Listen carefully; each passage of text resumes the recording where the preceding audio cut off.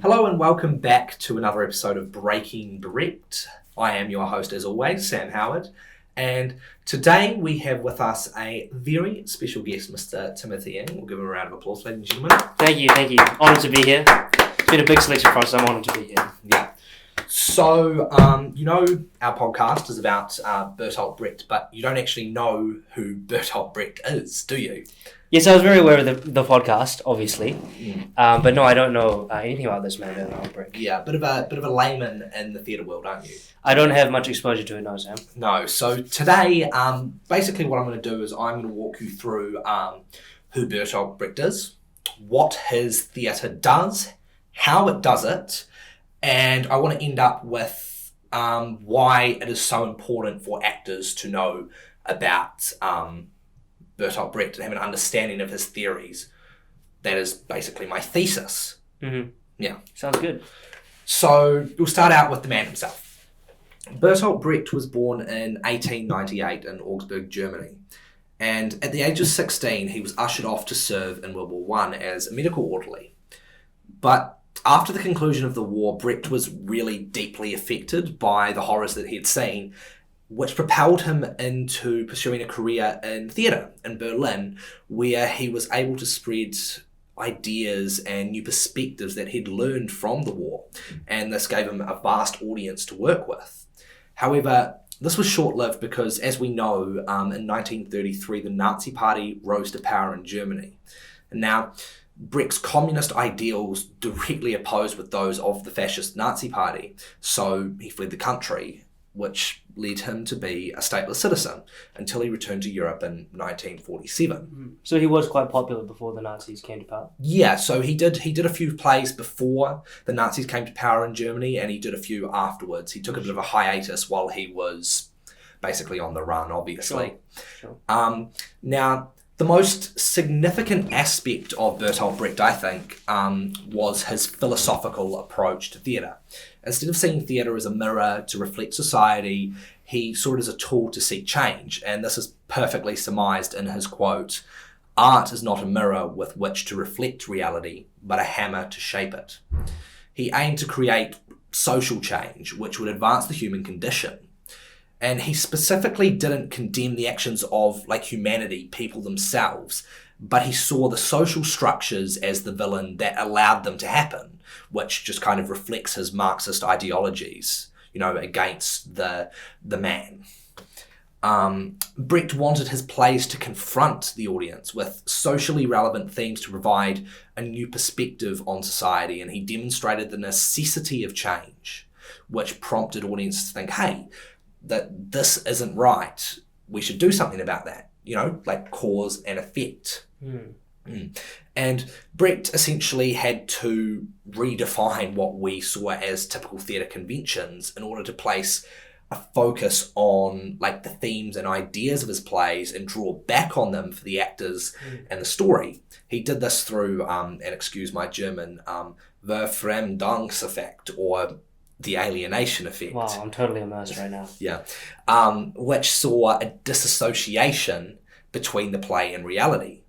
Brecht wanted to strip back theatre so that the audience knew the whole time that they were actually watching a play. Yeah. And so he was a bit of a pioneer with this technique, was there? Was no one else at the time also engineering this kind of play? No, it was mainly him. A lot of people say that the theatre of the absurd from Samuel Beckett was also kind of going in this direction, but Samuel Beckett didn't really alienate his audience from the reality of his play. Wow. He kind of immersed them in a play, but this play had its own reality and they were immersed in that, whereas Bertolt Brecht alienated completely. Sure. He wanted the audience to know that they were watching this play, that the actors weren't really their characters, they weren't actually on the set, and the story taking place before them wasn't actually happening. This was a means of deconstructing the emotional involvement with the characters and the story, as emotion is the enemy of objectivity. Oh, sorry, pardon me. Sam just said there was objectivity. Objectivity. Just to clarify. Yeah.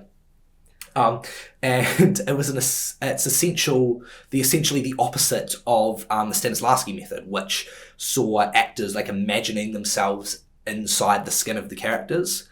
Like there's this disassociation as opposed to this association. And some of the conventions that he pioneered were narration or breaking the fourth wall.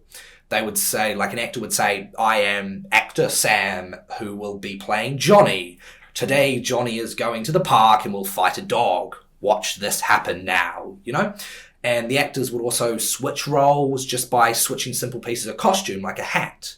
Like there'd be 4 or 5 actors playing Johnny, all telling the story throughout this play, and they're just switching this hat to signify they are Johnny. Placards were used to establish time, location, and backstory, as opposed to actually seeing them take place. And minimal sets and costume and props were used to emphasize the unreality of the world. This is just completely disassociating this from a real world. We know we are watching a play. The audience knows that this is not real.